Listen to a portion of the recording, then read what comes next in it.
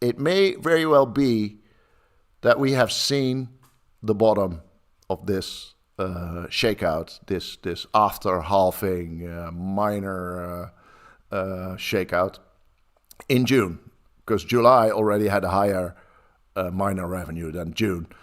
So what we also see is that difficulty, so the hash rate basically jumped today with plus 10%. And that indicates that the old miners, the old and small miners indeed left the market.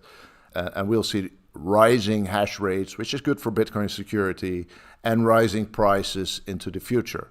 Anonymous Bitcoin analyst and creator of the Bitcoin stock-to-flow model PlanB has launched a new chart focusing on miner revenue. The miner revenue chart provides a detailed analysis of miner revenue over time, tracking how much revenue miners earn at different points of the Bitcoin halving cycle and how the fluctuations in their revenue can affect Bitcoin prices. The former institutional investor and quant analyst introduced the chart in a tweet on July 29th, alongside his prediction for the leading cryptocurrency based on recent changes in miner revenue. The tweet, which now has over 10,000 likes on X, reads, "Miner revenue bottomed after April 2024 halving. I expect Bitcoin's price to double from today in 3 to 5 months." In follow-up tweets, PlanB clarifies that he expects Bitcoin to be trading around $140,000 per coin by year-end, which is pretty much in line with his stock-to-flow prediction of $150,000 per Bitcoin by the end of 2024. In another tweet, PlanB adds that $140,000 won't be the top for this cycle, as he expects Bitcoin's price to climb even higher in 2025. The tweet reads, "I don't agree with a 140,000 top and diminishing returns. In my opinion, Bitcoin will be approximately $500,000 on average between 2024 and 2028, as per stock-to-flow model." In a recently uploaded video on his YouTube channel, PlanB delves fully into the miner revenue chart and his expectations for Bitcoin's price within the coming months. As we bring you clips from the video and more, please take a little time to like this video, subscribe to the channel, and turn on post notifications for more videos like this. Everything you do helps with the YouTube algorithm and immensely contributes to the channel's growth. Thanks, and enjoy the video. Here, it's Bitcoin miner revenue, and it's very interesting at the moment. So what we see is the blocks on the x-axis. Every 210,000 blocks, we have a halving. So there's a block every 10 minutes, 210,000 10-minute periods is 4 years. So every 4 years, there is a halving. We just had one in April. And what happens at a halving is that miners' revenue halves as well, because they mine the new Bitcoins. And this is only new Bitcoins, by the way. It's not the fees, which is a small part of their revenue. So it's the new Bitcoins that they mint. But after a halving, they get half of those new Bitcoins, and their revenue drops overnight, which is horrible for any business to be in. And they have to recover from that. So usually what happens is that the small miners that have old equipment, inefficient equipment, uses a lot of electricity, and also that have high electricity prices, they can't mine at a profit anymore, so they drop out. They just quit. They're running at a loss, so they have to quit. And the new miners, the miners with new equipment, the latest and greatest in hardware, very efficient and lowest prices, maybe free energy prices, those are the ones that can still produce at a profit. Those will survive. So this shakeout, every halving is a very important event, a Bitcoin-specific structural event that happens every 4 years. And the entire Bitcoin market, Bitcoin itself, has to survive that shakeout. And we're in the middle of that right now. It's always very volatile. Hash rate drops. Everybody's talking about miner capitulation and that the miners will just quit, which never happened, by the way. It's just FUD.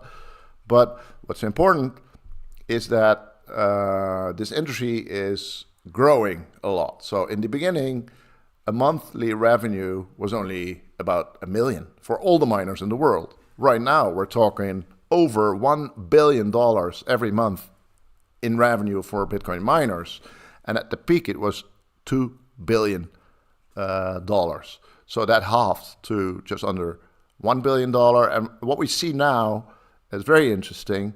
The only way for miners to recover, for mining revenue to recover, which it always did, is for Bitcoin price to double. So the number of new Bitcoins in a block halved. So the price has to double to keep the mining revenue the same. Let us know your thoughts on PlanB's latest reveal and his updated predictions for Bitcoin by year end. In other news, reports from various sources reveal that over $2 trillion were wiped from the stock markets on Friday due to fears of a global recession. Friday's losses are the worst on record since the peak of the COVID-19 crash in April 2020. The crash was a reaction to the July jobs report, released by the Bureau of Labor Statistics on Friday, which revealed a significant slowdown in hiring in July, with the US economy adding only 114,000 jobs during the month. July's numbers marked a significant reduction from the average of 215,000 jobs added monthly over the past year, and economists' expectations of about 175,000 new jobs. The BLS also reported that unemployment rose to 4.3% in July, its highest point since October 2021. The sharp decline in job listings shows that the US economy is not as strong as anticipated and may be heading for a recession after all. Investors are now expecting more aggressive Fed rate cuts to ease off the long battle against inflation and strengthen the economy, especially as we draw closer to the elections in November.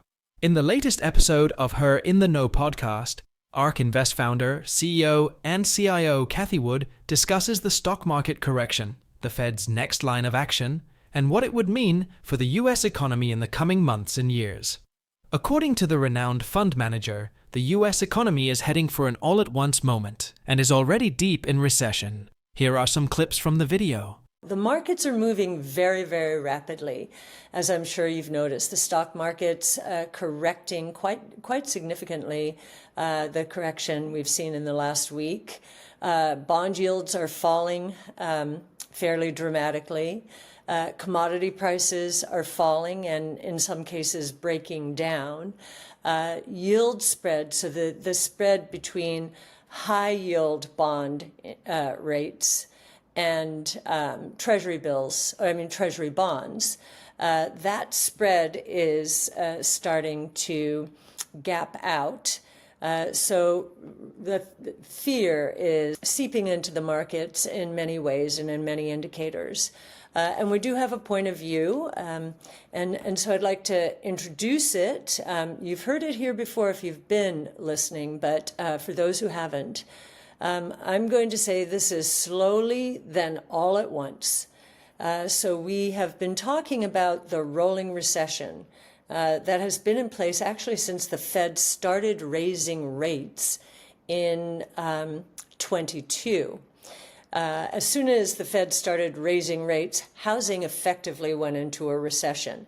Commercial real estate office was already in a recession. Now multifamily real estate seems to be an issue now. We've seen autos stall out. They've kind of stabilized but stalled out at subpar, meaning subnormal expansion rates. We're seeing capital spending come down. We're seeing consumer confidence relapse.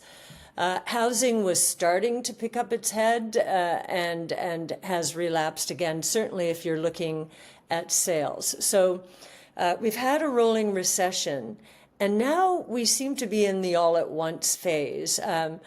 Many people are beginning to understand, we think, that perhaps the idea that inflation is the problem has been misplaced.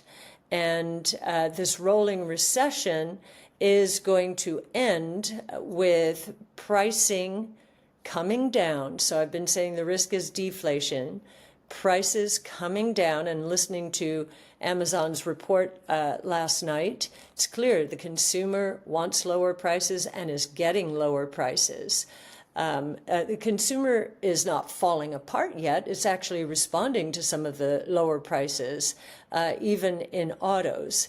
But nonetheless, falling prices, which is a problem for companies, it means their margins are going to compress. So the all at once has to do with deflationary signals. Now, this week we got the PMI, Purchasing Managers Index, and today the employment report. Both of those are recessionary.